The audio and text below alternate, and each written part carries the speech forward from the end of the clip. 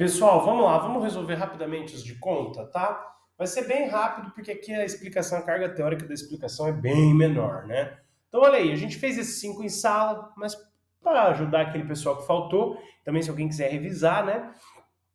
Uma carga Q de 35, deixa eu ver como é que eu completei aqui.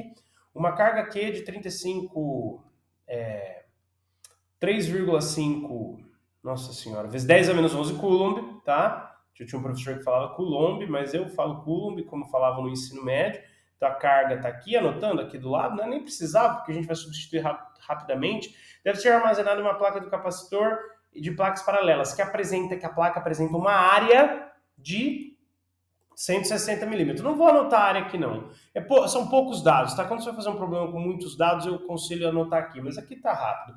E uma separação entre placas de 3,5. Então, perceba o seguinte, se ele tivesse pedido a capacitância, né, estaria parcialmente resolvido, né? Ou dado a capacitância, sei lá, você acharia a permissividade do material. Porque a do vácuo é um dado que você tem, ele deu a área, ele deu o L, só que ele não deu o C, ele deu o Q. Então, como é que eu vou relacionar o Q com essas variáveis geométricas? Percebam que capacitância tem duas definições. Carga sob tensão, ou então EY, né? EY0, epsilon relativo, vezes o fator geométrico aqui, que é o A sobre L. Então, o que eu fiz aqui foi igualar, já que os dois são capacitância, ó, eu igualei as duas, já que uma relacionava, vamos dizer assim, a capacitância é o link entre essas variáveis geométricas e a carga, tá? Então, QV sobre essa parte aqui, porque já que os dois são C, os dois têm que necessariamente ser iguais.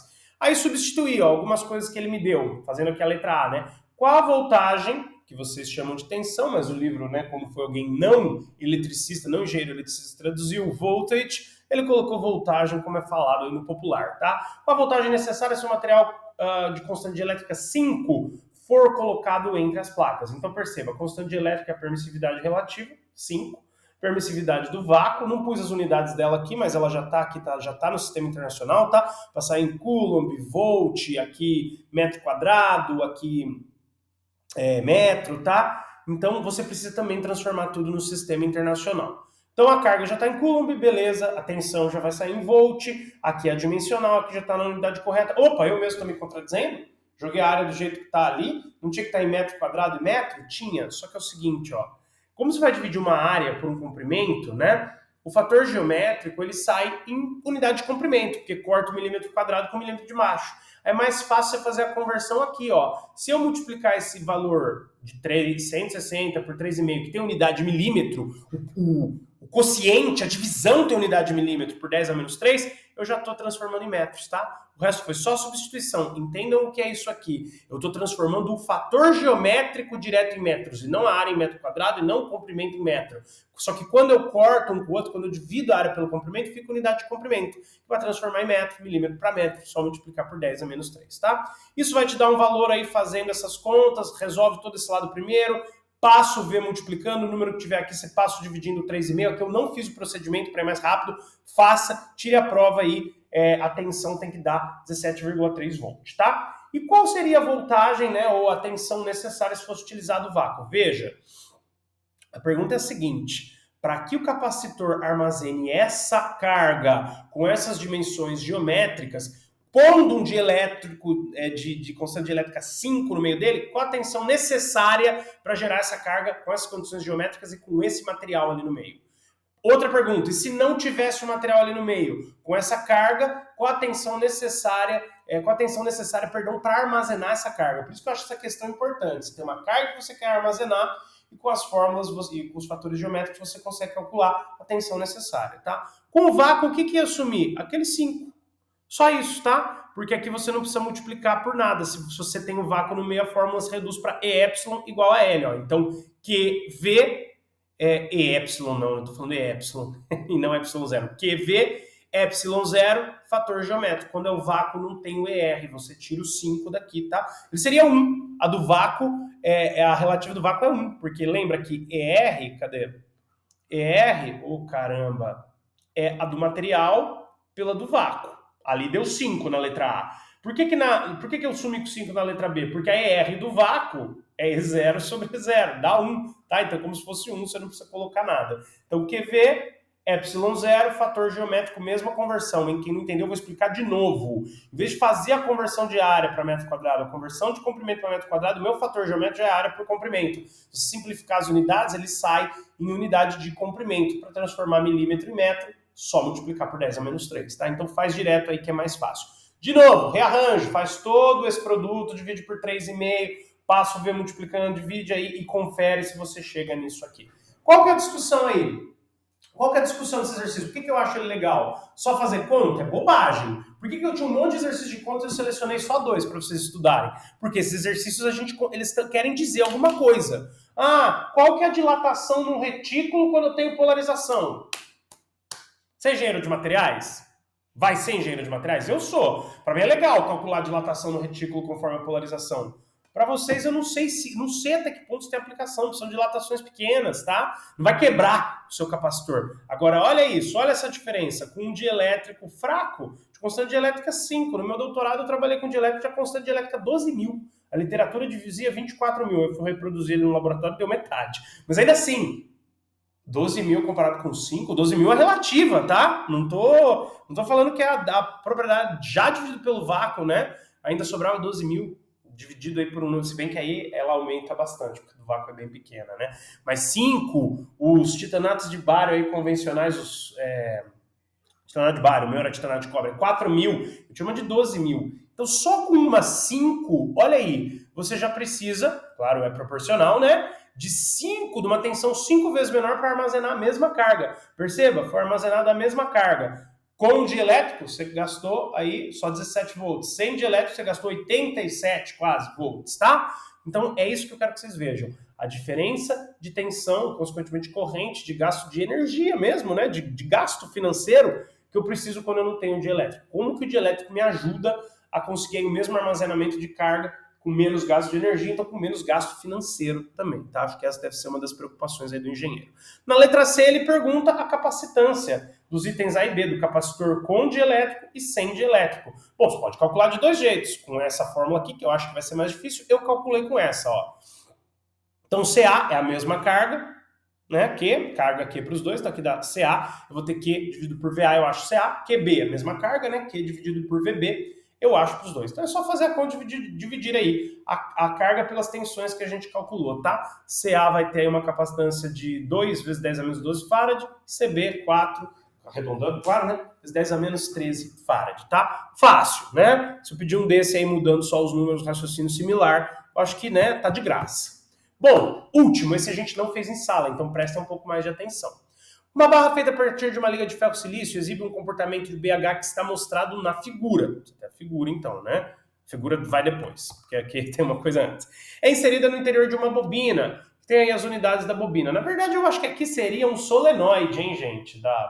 Salvo engano. Não é a bobina chata, não. É aquela bobina que ele fala que é mais comprida, que eu aprendi também como solenoide. Depois eu vou conferir se eu não estou falando bobeira, se é essa fórmula do solenoide mesmo, eu ponho no comentário. Está correto o meu comentário ou então está errado. Mas o livro chama de bobina, então vamos lá.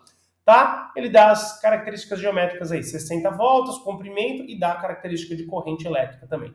Como é que eu calculo B no interior da bobina? Né? Você primeiro precisa calcular H.